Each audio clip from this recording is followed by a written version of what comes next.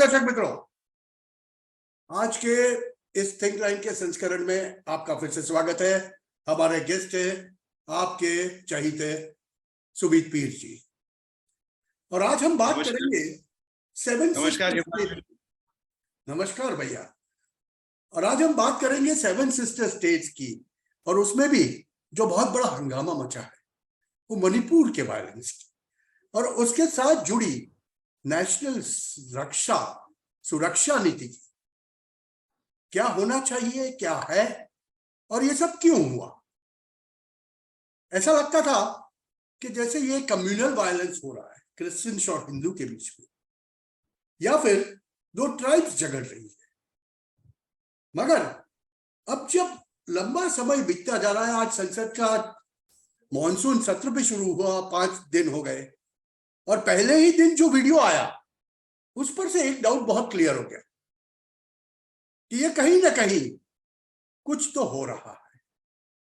ये किसी एक चीज का नतीजा है कि जहां पर किसी को बहुत हर्ट हो रहा है। और क्या ये लंबी श्रृंखला जो चली आ रही है, लंबी श्रेणी जो चली आ रही है एक इंटरनेशनल कबाल की, क्या उसका कहीं हाथ है? व्हाट्स हैपनिंग, हम ये आज जानेंगे सुमित पीर जी से, क्योंकि उनको बराबर पता है कि जब अमित शाह ने स्टेटमेंट दिया कि 15,441 एकड़ की जमीन के ऊपर उगाया गया पॉपी पूरा नष्ट कर दिया गया। अभी ये गोल्डन ट्रायंगल के बाजू में है, 15,000 प्लस एकड़ के पॉपी फील्ड्स नष्ट कर दिए गए। कितने हजार करोड़ों का नुकसान हुआ होगा। दूसरी बाजू अफगानिस्तान की गवर्नमेंट ने पॉपी कल्टीवेशन के ऊपर प्रतिबंध लगाया हुआ। क्या ये सब चीजें जुड़ी हुई तो नहीं रहे? और ये जो वीडियो सामने आया 2 महिलाओं का, जो कि अति निंदनीय बाबत है, ये आज का वीडियो था या 2 महीने पहले का? अभी आजकल जो वीडियो ग्राउंड कर रहे हैं, ये छोटी सी बात, और फिर मैं सुमित जी को पूरा प्लेटफॉर्म दे देने वाला हूं क्योंकि उन्हें हमें सुनना है। आजकल जो वीडियोज आ रहे हैं कि स्थानिक महिलाएं असम राइफल्स वाले जवान को रोक रही है, आर्मी को अंदर नहीं जाने दे रही, रायटर्स को पकड़ने के लिए। ये वीडियो सामने आ रहे हैं। क्यों आ रहे हैं और ये सब क्या हो रहा है? दोस्तों, आज ये सब जानेंगे, और इसका नेशनल इंपॉर्टेंस क्या है ये भी हम जानेंगे। शायद मोदी जी या अमित शाह जब लोकसभा में अभी 2-4 दिन में डिबेट होगी अविश्वास प्रस्ताव के ऊपर, तो उसमें यह बात भी करेंगे जो आज हम पहले सुन लेते हैं। थिंक लाइन के दर्शक पहले सुन लेंगे सुमित जी से। Sumit ji, platform is yours. Himanshu जी नमस्कार, आभार, साधुवाद, शुभ बुलाने के लिए सादर आभार। देखिए, अगर मणिपुर के इस घटनाक्रम की बात करें, हमने इसमें पहले भी बात की थी आपके चैनल पे और अन्य नेशनल टीवी पर कई चैनलों पे मैंने बात की थी। मैंने बोला था ये रुकेगा नहीं। मैंने तब ये भी बोला था ये आप कुकी वाला मसला ना समझे, मैथी वाला मसला ना समझे, ये बहुत बड़ा गेम प्लान है। इसमें कई सारे खिलाड़ी जो है वो संलग्न है। पहला खिलाड़ी इसमें पीपुल्स रिपब्लिक ऑफ चाइना, क्योंकि चाइना नहीं चाहता कि नॉर्थ ईस्ट में शांति रहे। दूसरा खिलाड़ी इसमें अराकान आर्मी को, जो 12,000 का मिलिशिया जिनके पास एंटी एयरक्राफ्ट गन से लेजर गाइडेड मिसाइल सिस्टम्स तक है, वो 100% फंडेड और एडेड बाय है आपका चाइनीज पीएलए। इस चीज पे हमने बात की थी। अब उसके बाद क्या हुआ, देखिए तीसरा चीज आता है, ये क्षेत्र था गोल्डन ट्रायंगल में। गोल्डन ट्रायंगल पार्ट है इंटरनेशनल ड्रग रूट का। चौथा कारण है इसमें, अगर आप देखें, अगर जगह इतनी ज्यादा है, ठीक है, पॉपुलेशन डेंसिटी को कंपेयर करें यूपी से कुछ भी नहीं। अगर मैथी को कोई जगह मिल जाती है, शेड्यूल ट्राइब का स्टेटस मिल जाता है जो माननीय उच्च न्यायालय ने दिया है, उससे कुकियों को क्या आपत्ति? कोई आपत्ति नहीं। या तो है कि उसको निकाल के इसको ला रहा हूं, जगह इतनी बड़ी है, डेंसिटी इतनी कम है, अगर एक बंदा एक पहाड़ भी ले ले तब भी जगह कम नहीं पड़ेगी। बेसिकली क्या है, मैथियों का अंदर जाने का मतलब है कि जो ड्रग रूट्स हैं इनका डिस्टर्ब होना। पहाड़ पे कंट्रोल का मतलब है ड्रग रूट पे कंट्रोल। जिसका पहाड़ उसका ड्रग रूट पे कंट्रोल। ये तीसरा पॉइंट है। 15,441 एकड़ पे पॉपी के फील्ड 5 साल में भाजपा सरकार ने ध्वस्त की। अमित भाई ने वहां पे तकलीफ। 300 से 600 मिलियन डॉलर का ओपियम प्रोडक्शन होता था वहां पॉपी का, वो खत्म हुआ। 300 से 600 मिलियन डॉलर। उससे कुछ लोकल पॉलिटिशियंस को बेनिफिट होता था और ये जो कुकी वुकी टेररिस्ट है इनको बेनिफिट होता था। तो ये गया। उसके अलावा देखिए आप, कुकी लेडीज का वीडियो आया सोशल मीडिया पर जहां वो क्लियरली कह रहे हैं हमें पॉपी उगानी है, उगाने क्यों नहीं दे रहे, क्यों खत्म कर। तो उसके बाद आगे चलते हैं। अब ये सब घटनाक्रम हो ही रहा है, तो इसमें एक और जो इम्पोर्टेंट ट्विस्ट आता है स्टोरी में वो ये आता है हिमांशु जी की, ये लोग समझ गए कि यार भारत सरकार और मोदी जी और अमित भाई अब की बार ऑपरेशन ऑल आउट करेंगे, छोड़ेंगे। इन्होंने क्या शुरू कर दिया, जब इनको इसकी भनक लग गई और ऑपरेशन ऑल आउट हो रहा, तो कुछ सवाल मैं आपके माध्यम से पूछना चाहता हूँ। पिछले 1.5 महीने से इंडियन आर्मी को कौन रोक रहा है? मिलिटेंट, टेररिस्ट, या अराकान आर्मी के लोग, या पीएलए के लोग वहां उनके साथ हैं? आपने जेएंडके में एनकाउंटर होते देखे, 12 घंटा, 24 घंटा, 48 घंटा बड़े से बड़ा एनकाउंटर होता है। 1.5 महीने तक इंडियन आर्मी को रोकने की औकात किसकी है, ये बताइए। दूसरा, इनको अगर 1.5 महीने तक इंडियन आर्मी के साथ लड़ रहे हैं, पीछे एम्यूनिशन कौन दे रहा है? टेररिस्ट के पास कितना एम्यूनिशन होता है? एक बैग में 2, 4, 10 मैगजीन 2 दिन में खत्म हो जाएगी। 1.5 महीने का एम्यूनिशन, इनके ट्रकों में एम्यूनिशन चाहिए पीछे। अगर एम्यूनिशन स्टोर किया तो एम्यूनिशन आया कहां से, और एम्यूनिशन आ कहां से रहा है? सीधा सीधा चाइना का हाथ है इसमें। तो तीसरी बात, अगर ये कुकी और मैथियों की लड़ाई है तो पैरासप क्यों डिप्लॉयड? पैरासप क्या कर, वो क्या पुलिस वालों का काम करेंगे? नहीं। अगर कुकी और मैथियों की लड़ाई है तो जो मेरे सोर्स कुछ कह रहे हैं, मार्कोस भी डिप्लॉयड है। मार्कोस क्या कर रहे हैं? ये सप्लाई कहां से आ रही, रसी लाइनें कहां से आ रही? अभी अमित भाई ने कुछ दिन पहले घोषणा की थी 10 lakh kilo 1 million KGs of जो ड्रग है इंडिया ने बर्न किया। अब खुद समझिए उसकी कितनी हजारों करोड़ों की कीमत होगी। अमित भाई हमारे गृह मंत्री जी ने बिल्कुल घोषित कर दिया, हम एक ऐसी कंट्री है साहब जो 10 लाख किलो ड्रग्स को जलाने की औकात रखते हैं और किसी की औकात नहीं है दुनिया में। कोई नंबर बता दे, यूएस नंबर बता दे, नंबर नहीं बताएगा। तो हमने पकड़ा, ये वो हमने जलाया, डिस्ट्रॉय किया। और मेरा ये मानना है कि शायद इससे ज्यादा भी, मेरे पर्सनल विचार है, इससे ज्यादा भी। ये तो अमित भाई ने डिक्लेयर किया है। अमित भाई ने कभी ये नहीं बोला कि इतना ही है। अमित भाई ने बोला 10 लाख तो हमने सुहा कर दिया। अब और भी हो सकता है, और करने वाले क्या करेंगे कुछ नहीं पता। जितने बड़े बड़े ड्रग कंसाइनमेंट पकड़े गए हमारे पोर्टों पे, ड्रग का पैसा कहा जाता है माफिया, टेररिज्म और इन्हीं लोगों को। 10 कुकी एमएलएज ने जाके सपोर्ट किया इस अधिवेशन, 10 कुकी एमएलएज ने। और कुकीज का इतिहास देखिए, कहीं ना कहीं म्यांमार से आए। और अगर आप इसको थोड़ी हिस्ट्री में जाए तो कांग्रेस सरकार इनको साहब लाई जो पहाड़ों में है वहां डेमोग्राफी को चेंज किया जाए। अब एक और एंगल है, ये जो कुकीज है मोस्टली क्रिश्चियंस है और इनमें से कुछ ज्यूज भी है। इन्होंने 30 जून को बेंजामिन नेतन्याहू को पत्र लिखा और बेंजामिन नेतन्याहू को बोलते हैं, भाई साहब हमारा जो है, हमारा जो यहाँ पे हमको बड़ा शोषण प्रताड़न। अब गेम प्लान क्या है? यहाँ जब ये सारी प्रक्रिया चल रही है, यहाँ राणा आयोग हमारी जो है वो बहन जी वहां जाके यूएस में कह रही है मुसलमानों का जेनोसाइड हो रहा है। एमिनेंट मुस्लिम, कुछ जेनोसाइड वॉच, कुछ क्रैप साइट उसकी बातें कर रही। तो यहाँ मुसलमान आपने एक्टिवेट कर दिए, यहाँ क्रिश्चियन एक्टिवेट कर दिए, यहाँ ज्यूइश एंगल खोल दिया। तो Muslim world, Christian world, Jewish world, तीनों हो गए। और बेचारे मैथी क्या है, ये हिंदू है। मोदी जी को अब चक्रव्यूह में फंसाने की कोशिश कर रहे हैं। नहीं करें बोले, मेरे मोदी जी हिंदू थे तो आपने कुछ किया नहीं, क्योंकि हिंदू थे आपने कुछ करेंगे। तो मोदी जी के जाने से पहले पूरी ओबामा ने पूरा शतरंज बिछा दी थी। Minorities are under attack.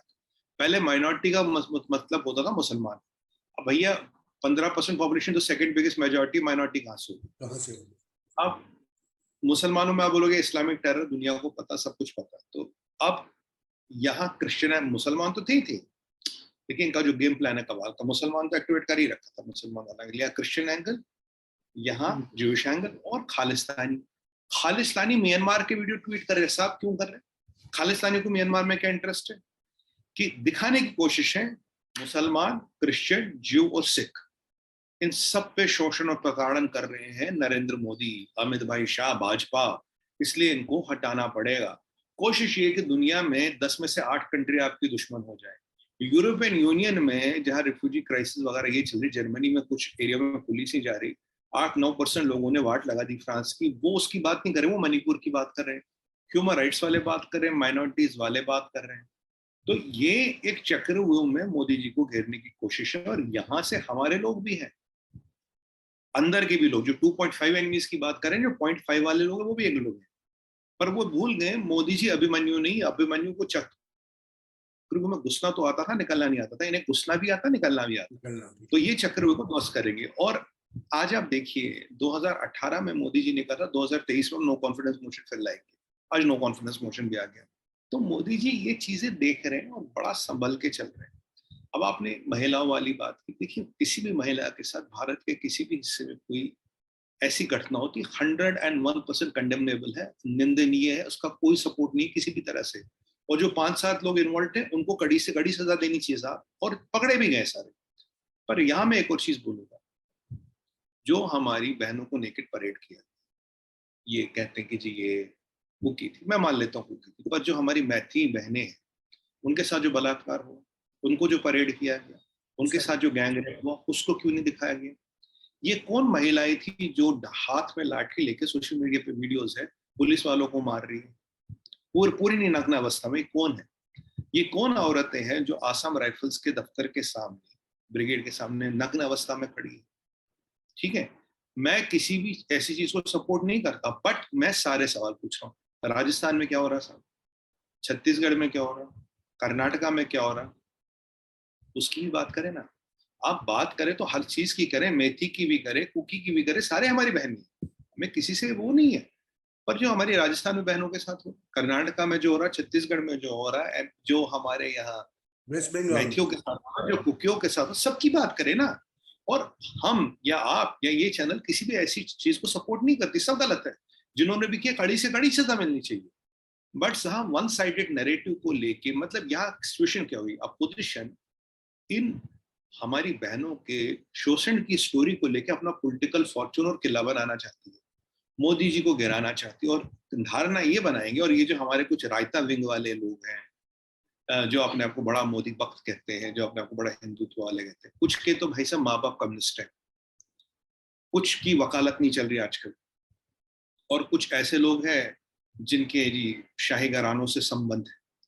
तो कहने का मतलब ये है, ये क्या कर रहे हैं कुछ लोग आजकल भेड़ के रूप में भेड़िए का काम कर रहे हैं।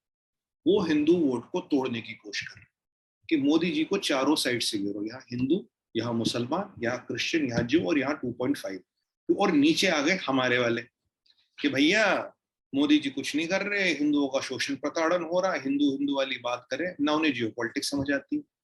वो अपना राजनीतिक रोटियां पका रहे हैं इस त्रासदी पे। सच्चाई ये है, जो मैंने फैक्ट्स बताए, क्या ये विपक्ष वालों को नहीं पता? कल मैं टीवी डिबेट पे था, खूब चिल्लम चिल्ली हुई, हो जाती कई बार। जो मुझे फैक्ट पता, तो मुझे अपेक्षा ये करता हूँ कि आपको मुझसे ज्यादा पता होगा, जाहिर सी बात है। आपको ये फैक्ट नहीं पता, ये चीजें आपको नहीं पता, आपको अराकान आर्मी नहीं पता, आपको चाइना नहीं पता, आपको ओपी नहीं पता, आपको $600 मिलियन नहीं पता, आपको रासत नहीं पता, राशन नहीं पता, लॉजिस्टिक्स नहीं, ये सब पता। नहीं पता हो तो मैंने काफी वीडियो किए हो, देख लियो आपने, आपके किसी लोगों ने, आपके मीडिया वालों ने तो जरूर देख लिया। पर ह्यूमन डिजास्टर पे, ह्यूमन त्रासदी पे राजनीतिक रोटियां सेकना। बेंजामिन नेतन्याहू को चिट्ठी लिखने का क्या मतलब? कोई मतलब? देखिए गेम क्या हो रहा है, गेम है कि मोदी जी को फंसाओ, चुनाव से पहले एक इंटरनेशनल मुद्दा बना। शायद अब इनको लगा यार इस्लामीकरण वाला मुद्दा ज्यादा अट्रैक्शन है नहीं, मोदी जी की सब इस्लामिक कंट्री की दोस्ती और अच्छी कुछ है। करो। हाँ उन्हें पता है, तो कहते हैं अब की बार क्रिश्चियन को भी लगाओ, ज्यू को भी लगाओ, ताकि एक बड़ा मुद्दा आ जाए और ये ह्यूमन राइट्स वाले जो है ये शुरू कर दे। अब यूएस में क्या हुआ, यूएस में अगर आप देखें तो उन्होंने जैसे में इंग्लिश में कहते हैं दे फायर्ड अ फ्यू ब्लैंक्स, खाली कारतूस को चलाए। क्यों? माइनॉरिटी वाइनॉरिटी की बात की, चुप हो गए। ये मोदी जी को हमारे धमकी थी, चेतावनी थी, देखिए मोदी जी आप लाइन में आए, नहीं तो हम ये भोगी शुरू कर देंगे। और तभी से ये कहानी शुरू हो गई। मैंने हमेशा कहा है, Mahabharata was not about Kurukshetra. Mahabharata Kurukshetra में लड़ी गई, मणिपुर यहाँ विषय नहीं है, ना कुकी है ना मैथी है, ये महाभारत मणिपुर में लड़ी जा रही है। और मैंने प्रेडिक्ट किया था आपकी कहीं चैनल पे, ये मिजोरम जाएगा, ये मेघालय जाएगा। मिजोरम पहुंच गए, मेघालय पहुंच गए, कॉनरेड संगमा के घर पे पत्थरबाजी हुई, 5 लोग हमारे पुलिस के जो हमारे भाई है वो उसमें जख्मी हुए। प्रभु की अच्छी कृपा रही है, कोई जान नहीं गई। हताहत नहीं तो, हुआ। तो इतने लोग यहाँ बंगाल के इलेक्शन में 70 से ज्यादा लोग मारे जाते हैं, पंचायती इलेक्शन। वहां ये सब हमारी बहनों के साथ दुष्कर्म और दुष्व्यवहार होता, उसके बारे में भी बात करें ना, उसके बारे में भी अधिवेशन लाए ना, उसके बारे में भी पार्लियामेंट में बात करें। मैं कह रहा हूँ हर चीज के बारे में बात होनी चाहिए, एक के बारे में क्यों? कहीं ना कहीं कमाल को पता है शिमांशु जी, मैं आपको बता चुका हूँ, 5 ट्रिलियन के बाद आपकी चढ़ाई थोड़ी मुश्किल है। 8 ट्रिलियन के बाद दुनिया की कोई शक्ति आपको नहीं रोक सकती। और इनकी आंख का कांटा, इनकी आंख में रोड़ा है नरेंद्र दामोदर दास मोदी। सबसे ज्यादा तकलीफें ने मोदी जी से और फिर भाजपा से, कि यार इनको किसी तरह से हटाना। देखिए, ये चाहते हैं मनमोहन सिंह जैसी सरकार, कोएलिशन धर्म, खिचड़ी, मिली जुली सल्तनत, सब ठीक है, आंख बंद कर लो, रेल गेट, कोल गेट, कॉमनवेल्थ, मामा जी स्कैम, चाचा जी स्कैम, सब स्कैम चलते रहे, सब स्कैम चलते रहे, दुनिया चलती रही। ये जब चीजें मोदी जी ने बंद करवा दी, आज फॉरेन एक्सचेंज रिजर्व $600 बिलियन से ऊपर पड़ा। आपका 6 से 7% का इकोनॉमिक आउटलुक है। चाइना की हालत देखिए, क्या कहीं वीडियो कर चुका हूँ चाइना की। तो जब ये चीजें होंगी तो आपको क्या लगता है दुनिया आपके पीछे नहीं पड़ेगी?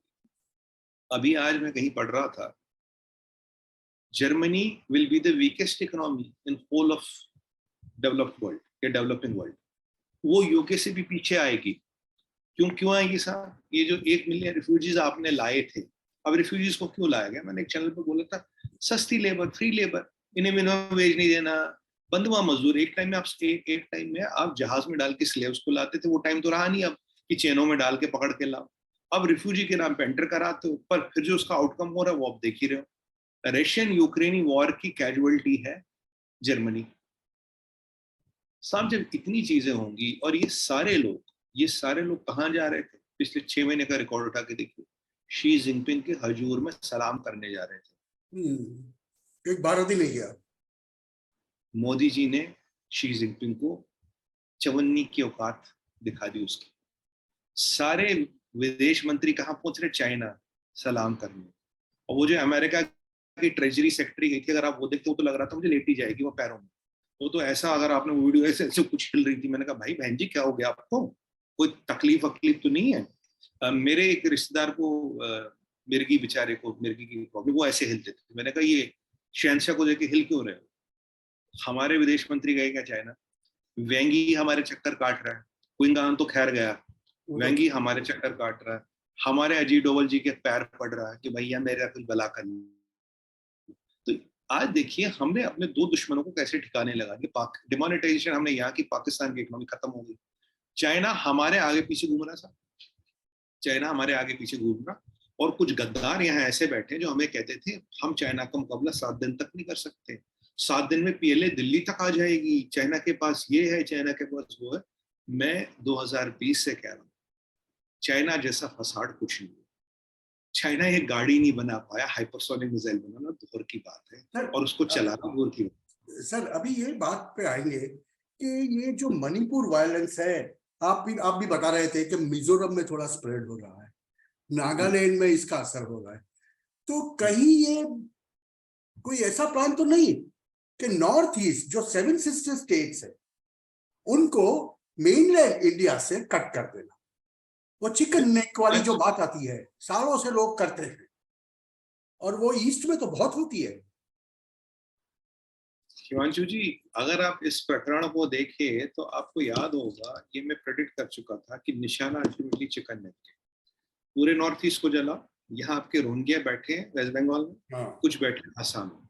आपको याद होगा आसाम और मेघालय पुलिस में पीछे एक स्टेट में कुछ आपस में बीच में अनबन भी हुई थी। क्या था वो? नो मैंस लैंड था। उस नो मैंस लैंड में हेमंत बिस्वा शर्मा जी, ये रोहिंग्या वाला मसला क्यों था? ये नो मैंस लैंड को जब रोहिंग्या ऑक्यूपाई करते हैं उससे होता क्या है? राइट टाइम पे when push comes to shove they can be used. Then रोहिंग्याओं को अपना देश आतंकवादी कहता है। इन रोहिंग्या को कोई देश रखने के लिए तैयार नहीं, और वहां विक्टोरिया न्यूलैंड जाती है बांग्लादेश और ओडोनाल्ड, और फिर जाती है म्यांमार, और बांग्लादेश कहते तुमने बड़ा अच्छा काम किया रोहिंग्या की देखभाल करके। मैं उसी दिन समझ गया था कि इसमें सीआईए का हाथ है, इसमें दाल में काला है, क्योंकि ये लोग यहाँ क्यों जा रहे हैं। विक्टोरिया न्यूलैंड यहाँ भी आई थी, और हमारे कुछ ऐसे भी खिलाड़ी हैं यहाँ पे, कुछ बच्चियां हैं वो विक्टोरिया न्यूलैंड से मिलने गई थी, तो उन्हें ये आइडिया भी नहीं वो किसके सामने बैठी, उनको इस चीज की भनक तक नहीं वो what is she specialises in. But anyway geopolitics हर एक के बस का काम नहीं होता। तो तब से आप देखिए ये प्रकरण खींचा जा रहा है। अब push comes to shove, north east को आग लगा, और रोहिंग्या को एक्टिवेट करो वेस्ट बंगाल में, रोहिंग्या को एक्टिवेट करो आसाम में, और कोशिश है चिकन नेक को काटो। क्योंकि चाइना का गेम प्लान क्या, तुम दिखते मेरे जैसे हो, तो मेरी चाइना का प्लान अरुणाचल नहीं है, अगर आप अरुणाचल देंगे वो आसाम मांगेगा, आसाम दोगे कल को मध्य प्रदेश मांगेगा। चाइना का प्लान है पूरा नॉर्थ ईस्ट, और जो मोदी जी ने 45,000 करोड़ की इन्वेस्टमेंट कराई, नॉर्थ ईस्ट को मेन स्ट्रीम कर दिया। और बहुत आईएसआई की तकलीफ क्या, आईएसआई की तकलीफ है वो कहती थी जी मोदी जी की गवर्नमेंट है ये बड़ी जी वो है हिंदूवादी है, ये है वो है। तो मैंने भी कई बार, अब तो खैर मैं पाकिस्तान मीडिया पे जाता नहीं, तो मैंने उनको बोला भाई अगर ये हिंदूवादी है तो नॉर्थ ईस्ट में कैसे जीत रहे, नॉर्थ ईस्ट तो क्रिश्चियन डोमिनेटेड। ये जो भाजपा का क्रिश्चियन डोमिनेटेड पॉपुलेशन में फुटप्रिंट पड़ रहा था, इससे आईएसआई नहीं इंटरनेशनल कबाल तक सतर्क हो गए हिमांशु जी। उनको ये चीज भाई नहीं कि मोदी जी का एक्सेप्टेंस, भाजपा का एक्सेप्टेंस बढ़ा, तो ये सब चीज की गई। तो इससे दो निशाने, मोदी जी और भाजपा निशाने पे है ही, और साथ में कहीं ना कहीं प्रोग्राम चिकन नेक का। और जो मेरे सूत्रों ने मुझे खबर दी है, पूरी संभावना है कि चिकन नेक के 5-10 डिस्ट्रिक्ट आसपास उसको यूनियन टेरिटरी घोषित किया जाए। और मैं अमित भाई से ये निवेदन करूंगा, हाथ जोड़ के निवेदन करूंगा, सर इसको जल्दी करें। देखिए अमित भाई हमसे 100 गुना ज्यादा जानते हैं, मुझे उनको बोलने की जरूरत नहीं है। बट ये है कि हम देश के हित में बात करते, देश की बात करते, देश के लिए बात करते। अल्टीमेटली आइडिया है चिकन नेक। मान लीजिए ईश्वर न करे अगर ऐसी कोई परिस्थिति आती है, तो बोलेंगे मोदी ने क्या एयर टेरिटरी के तो पूरा नॉर्थ ईस्ट खो दिया मोदी ने। प्लान क्या होगा, पूरा नॉर्थ ईस्ट खो दिया। यहाँ लोगों ने एमओयू नहीं कर रखे चाइना के साथ, क्या है उस एमओयू में? चाइना के साथ जिन्होंने एमओयू किया उनसे पूछिए ना उस एमओयू में है क्या।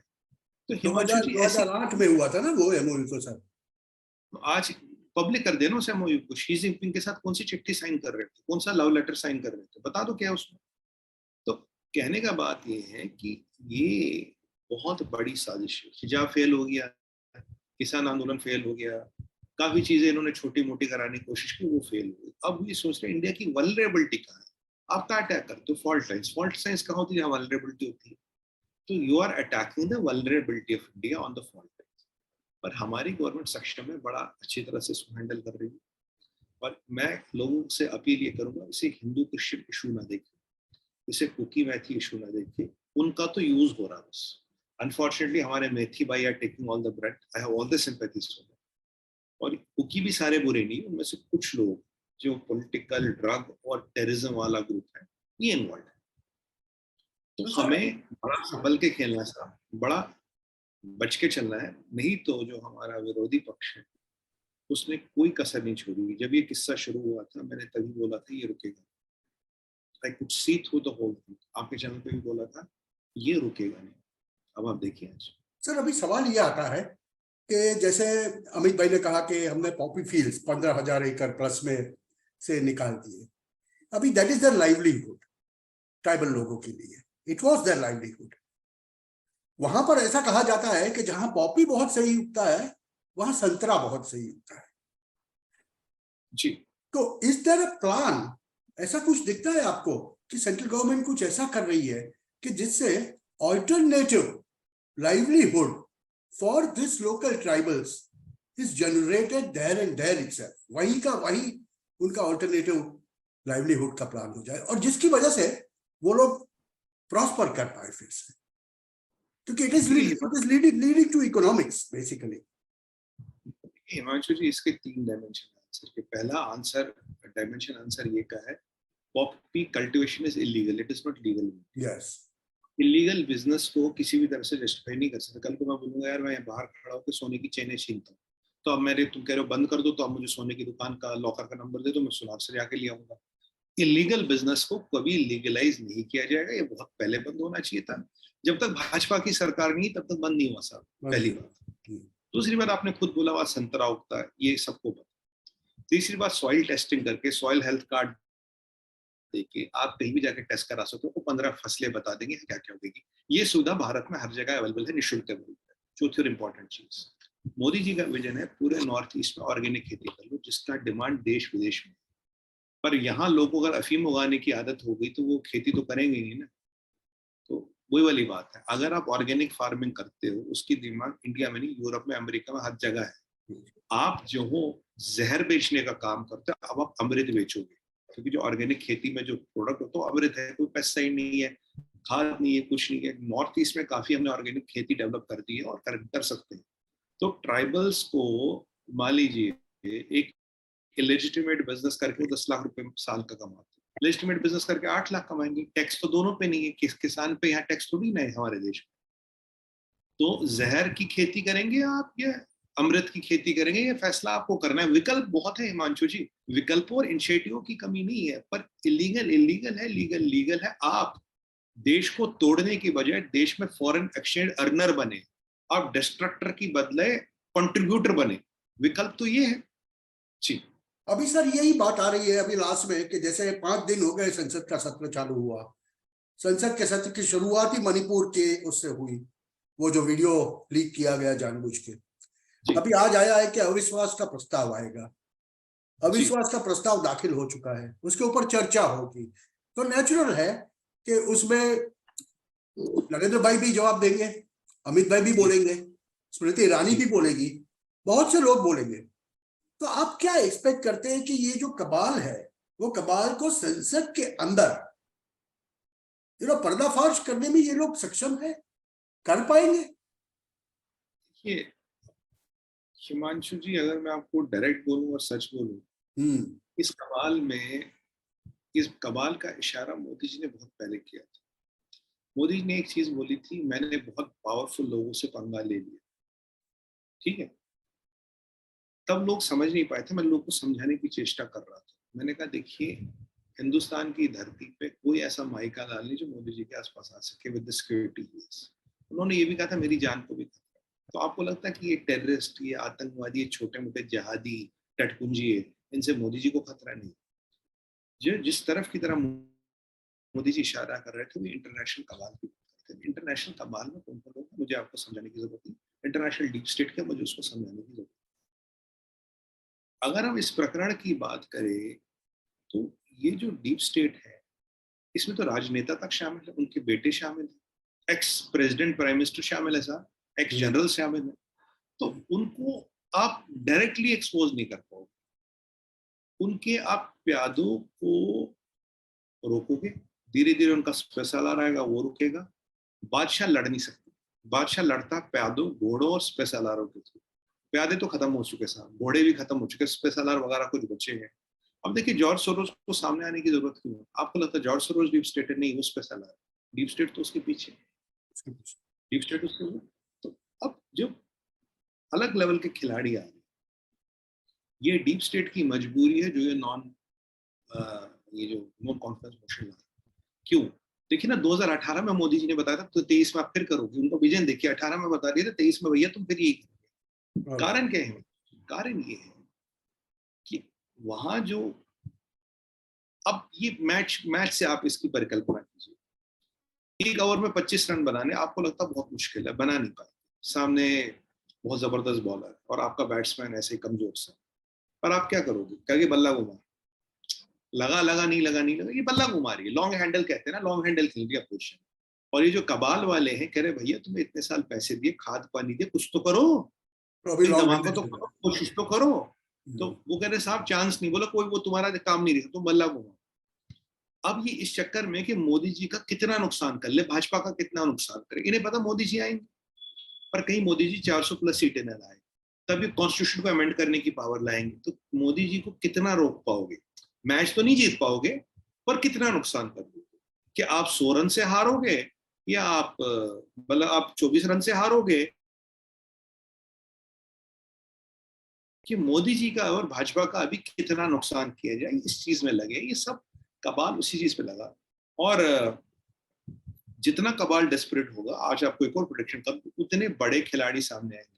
ओबामा का स्टेटमेंट देना मतलब बड़े खिलाड़ी का सामने आएगा, क्योंकि अब प्यादे स्पेसालार वगैरह काम है। वो बुढ़े स्पेसालार को निगाह रहा था, वो जो 93 साल का बुढ़ा जिसके दोनों पैर कब्र में लटक रहे हैं, जब उससे कुछ नहीं हुआ, उसको जयशंकर जी ने, समृद्धि जी ने अच्छी तरह से उसकी औकात गिना दी, तो अब दद्दू को आना पड़ा। अब दद्दू के पीछे के भी लोग ऐसा, दद्दू डीप स्टेट नहीं है, पार्ट है, इसके पीछे के भी खिलाड़ी है।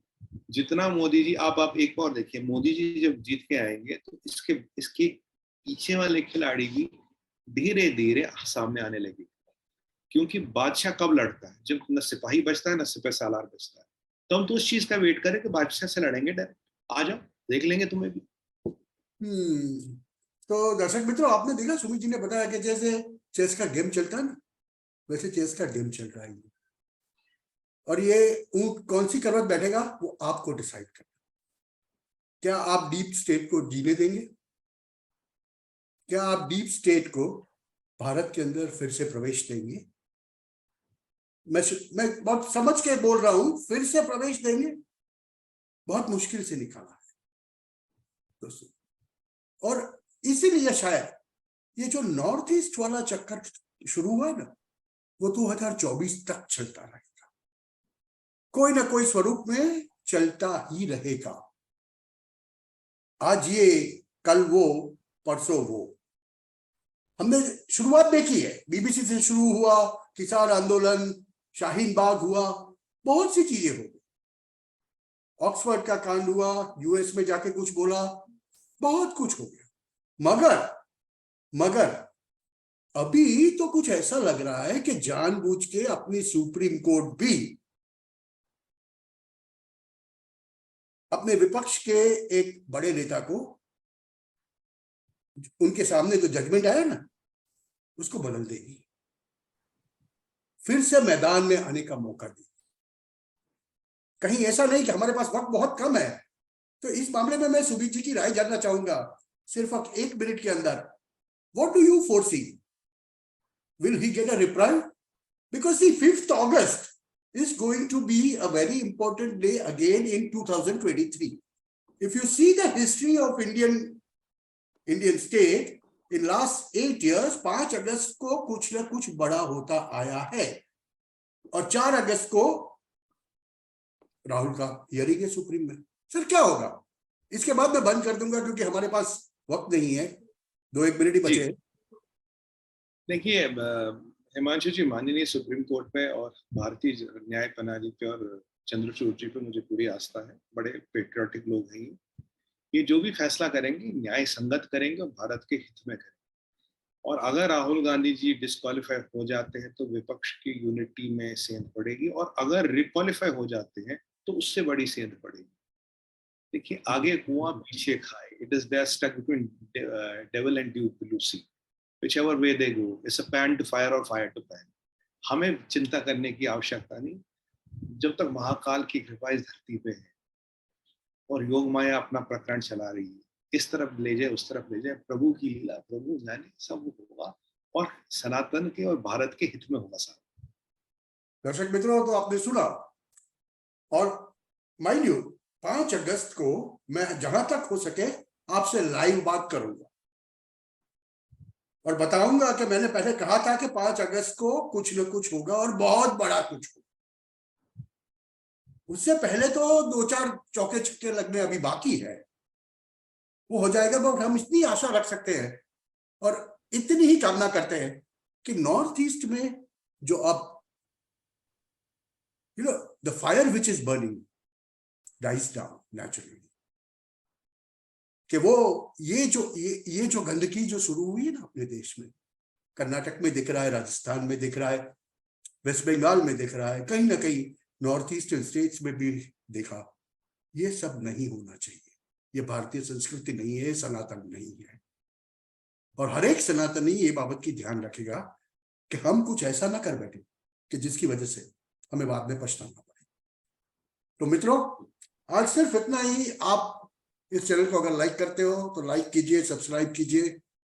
सुमित पीर जी से प्रश्न पूछने हो तो भी आप हमें चैनल पर पूछ सकते हैं, हम डेफिनेटली उन तक पहुंचा देंगे। अभी तक मैं लाइव नहीं हुआ हूं तो उनका हैंडल मैं नहीं डाल रहा हूं, मगर अगर आपने पूछा तो उनका हैंडल भी मैं आपको प्रोवाइड करूंगा।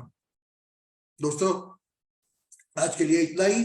थोड़े दिनों में फिर से एक नए विषय को लेके, नई बात को लेके हम आएंगे, और 5 अगस्त का इंतजार कीजिए। 15 अगस्त से ज्यादा 5 अगस्त इंपॉर्टेंट है। नमस्कार सभी दर्शकों को नमस्कार, प्रणाम, वंदे मातरम, जय हिंद। जय हिंद।